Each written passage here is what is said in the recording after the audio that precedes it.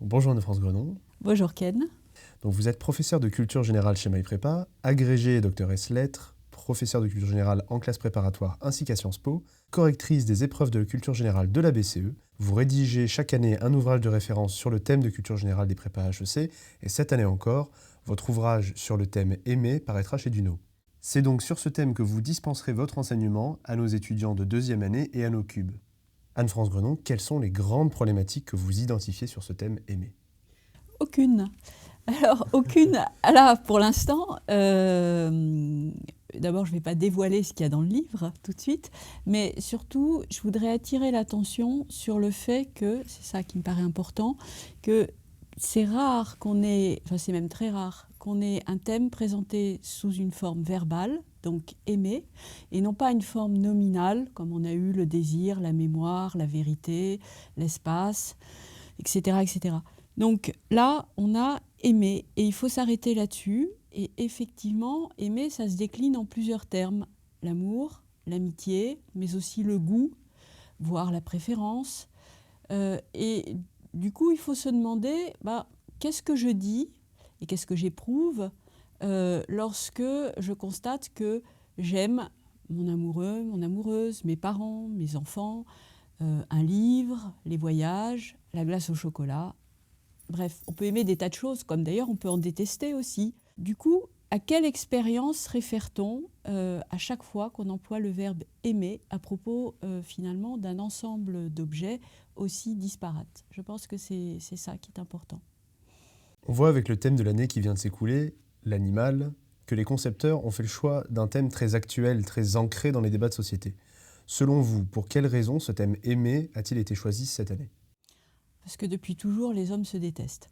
Alors, donc il serait temps de leur délivrer un autre message. Cette année plus que d'habitude ou... Enfin. Il faudrait enfin comprendre. Non, j'ai pas de réponse. Peut-être que c'est finalement plus agréable, plus motivant pour un étudiant de travailler sur ce thème, qui est aussi une manière de réfléchir à la nature des liens que nous entretenons avec nos semblables. Tout simplement, aimer, si on le décline en termes d'amitié, pour un philosophe comme Aristote, c'est au fondement du lien politique. Donc voilà, je pense que réfléchir sur aimer, c'est réfléchir sur les conditions de possibilité de vivre ensemble.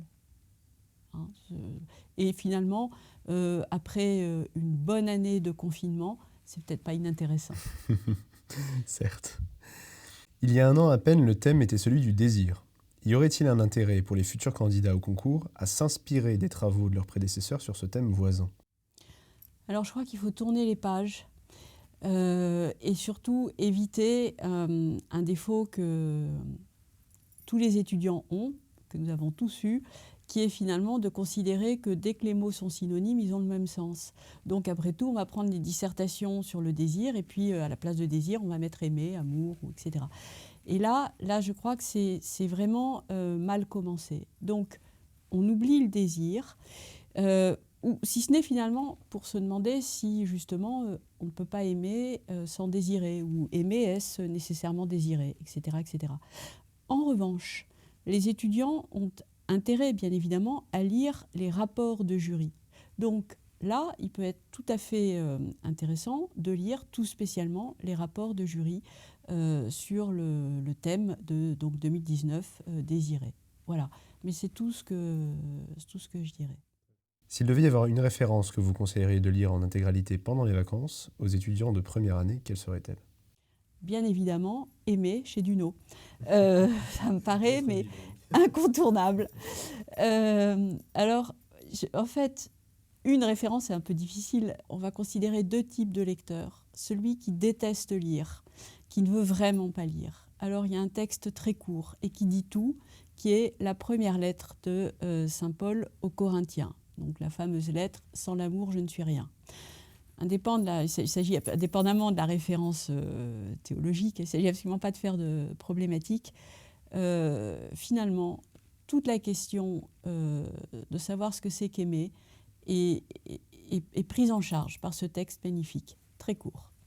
Après, pour les lecteurs, qui peuvent aussi lire ce texte, bien sûr, qui peut le plus, peut le moins, il y a évidemment Les Misérables de Victor Hugo. Parce que dans ce texte, toutes les formes que peut revêtir l'amour, prenons l'amour comme le nom qui correspondrait au verbe aimer. Donc toutes les situations où l'on aime sont finalement mises en place dans ce roman. Alors c'est vrai, il est très long, mais somme toute il est très compatible avec le bronzage sur la plage l'été, ou pour ceux qui font de la randonnée, pour se reposer le soir.